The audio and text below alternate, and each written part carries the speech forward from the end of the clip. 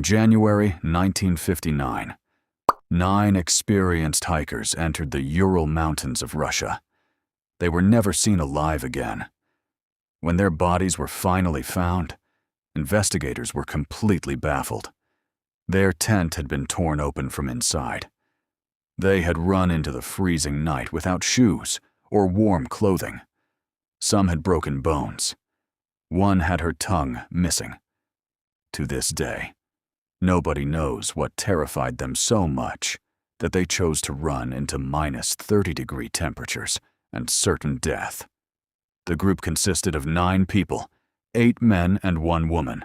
All of them were students or graduates of Ural Polytechnic Institute.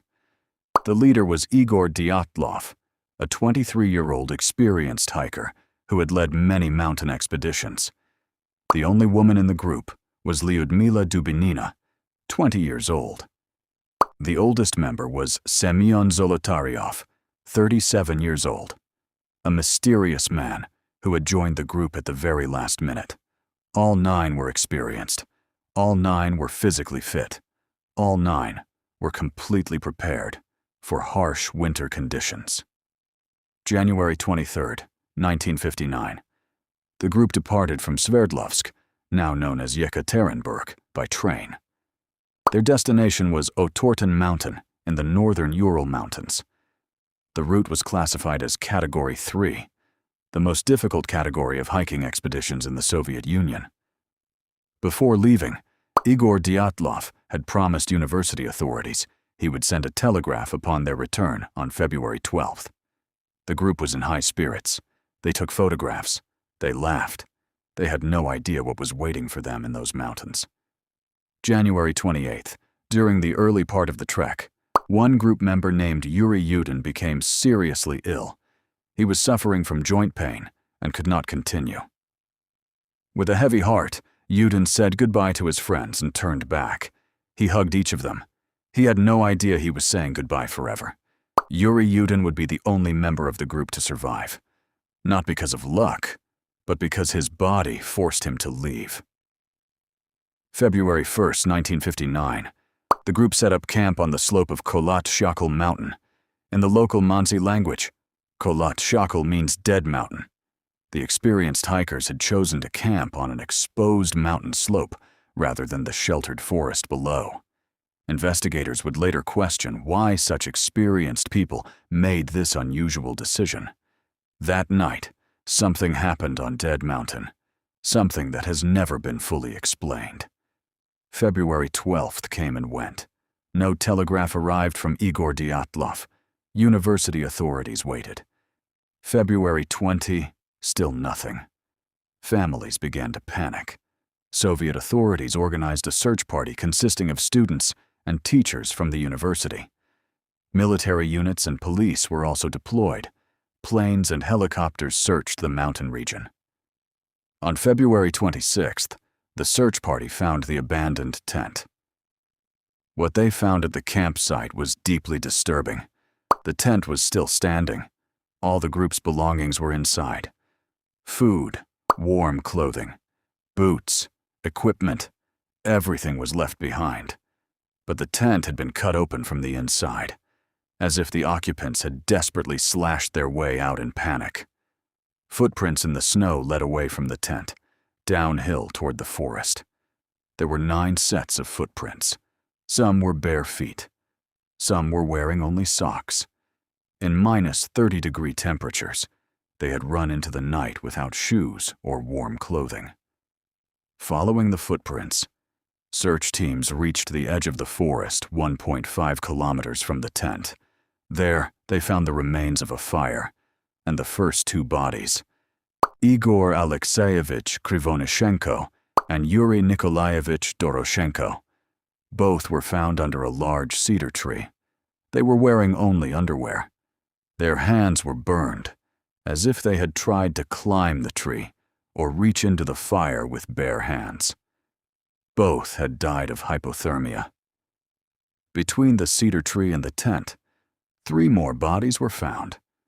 Igor Dyatlov himself, the group leader, was found 300 meters from the cedar tree. His body was facing back toward the tent. as if he had been trying to return. Zenaida Kolmogorova was found 630 meters from the cedar tree. Rustam Slobodin was found between them.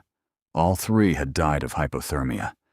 All three appeared to have been trying to return to the tent. None of them made it. The remaining 4 bodies were not found until May, when the snow began to melt. They were discovered in a ravine 75 meters into the forest, buried under 4 meters of snow. These 4 had clearly survived longer than the others. They had taken clothing from the 2 who died first at the cedar tree. They had even built a small den in the snow for shelter. But what investigators found when they examined these 4 bodies would shock the entire Soviet Union. The 4 bodies found in the ravine had injuries that were completely inexplicable. Nicolas Thibault Brignolel had a massive skull fracture. Lyudmila Dubinina and Semyon Zolotaryov both had multiple broken ribs on both sides. The force required to cause these internal injuries was compared by investigators to a car crash. Yet there were no external wounds, no cuts, no bruises on the skin. Whatever had caused these injuries had done so with enormous internal force, without leaving any mark on the outside. But the most disturbing discovery of all was what had happened to Lyudmila Dubinina. Her tongue was missing. Her eyes were missing. Her lips were missing. Investigators could not explain how this had happened. Some suggested animals or decomposition, but the other bodies showed no such damage. Only Lyudmila. Soviet authorities classified the investigation results, and the full details were hidden from the public for decades. When the clothing of the victims was tested in a laboratory, high levels of radiation were found on several garments. This discovery was deeply alarming. How had the clothing of 9 hikers in a remote mountain region become contaminated with radiation? Soviet authorities gave no explanation. The radiation findings were buried in classified documents. The Cold War was at its height, and the Soviet government was not willing to discuss radiation anywhere near its borders. Soviet investigators officially closed the case in May 1959, just 3 months after the bodies were first discovered. Their official conclusion was the hikers had died as a result of a compelling natural force. No further explanation was given. The case files were classified and locked away. They would not be made available to the public for another 30 years. Over the following decades, dozens of theories emerged to explain what happened. A military weapons test gone wrong, an avalanche that caused panic, infrasound from the wind causing mass hallucinations and terror, a UFO encounter, an attack by the local Mansi people, a secret Soviet military experiment. Each theory explained some of the evidence. None explained all of it. The broken bones with no external wounds, the radiation on the clothing, the missing tongue, the fact that experienced hikers chose to run into -30 temperatures without shoes. Nothing explained everything. In 2019, exactly 60 years after the incident, Russian authorities officially reopened the Dyatlov Pass investigation. After a new 2-year investigation, Russian prosecutors announced in 2021 that their official conclusion was that the hikers had died as a result of an avalanche combined with the dangerous weather conditions. But survivors' families and researchers rejected this conclusion completely.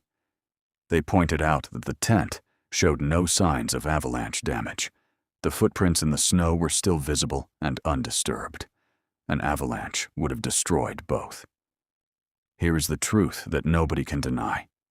9 experienced and prepared hikers entered the Ural Mountains in 1959.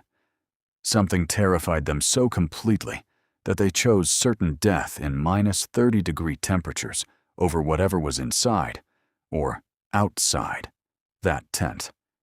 The Soviet government classified the findings and hid them for decades. Radiation was found on their clothing with no explanation ever given. One victim had injuries equivalent to a car crash, with no marks on her skin. Another had her tongue removed by an unknown cause. The mountain where they died is still called Dead Mountain today. And to this day, not a single person on Earth knows what really happened on that frozen slope on the night of February 1st, 1959. Some questions are never answered. Some mountains hide secrets forever. Subscribe to The Hidden Truth for more real stories that will leave you speechless. New story every week. The truth is always hidden. We find it.